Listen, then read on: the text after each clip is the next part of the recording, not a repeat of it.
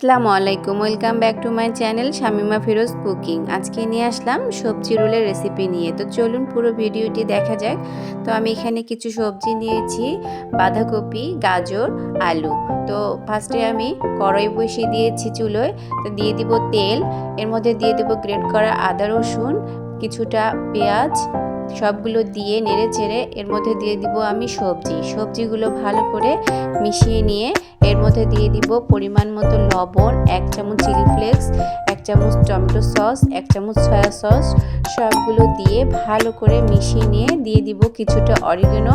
এর মধ্যে দিয়ে দিব আবারও ম্যাজিক মশলা দিয়ে ভালো করে মিশিয়ে নিয়ে এর মধ্যে দিয়ে দিব 1 চামচ ময়দাটা দিয়ে আবারও একটু নেড়ে চেড়ে কিছুটা স্প্রিং অনিয়ন দিয়ে মিয়ে নেব।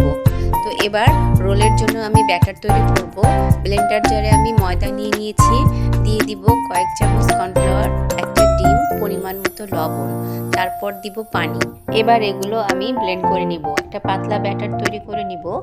তো এবার আমি চুলোয় ফ্রাই প্যান বসিয়ে দিয়েছি। আমি ব্যাটারটা অল্প অল্প করে দিয়ে একটা পাতলা শীট তৈরি করে নেব। তো আমি দেখেন কিভাবে করছি, এভাবে পাতলা শীট তৈরি করে আমি পুরটা দিয়ে আমি এভাবে আস্তে আস্তে ঘুরিয়ে নেব।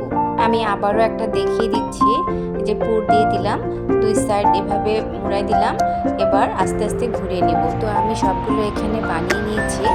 আমি সবগুলো ভাজবো না, কিছুটা ফ্রোজেন করে রাখবো।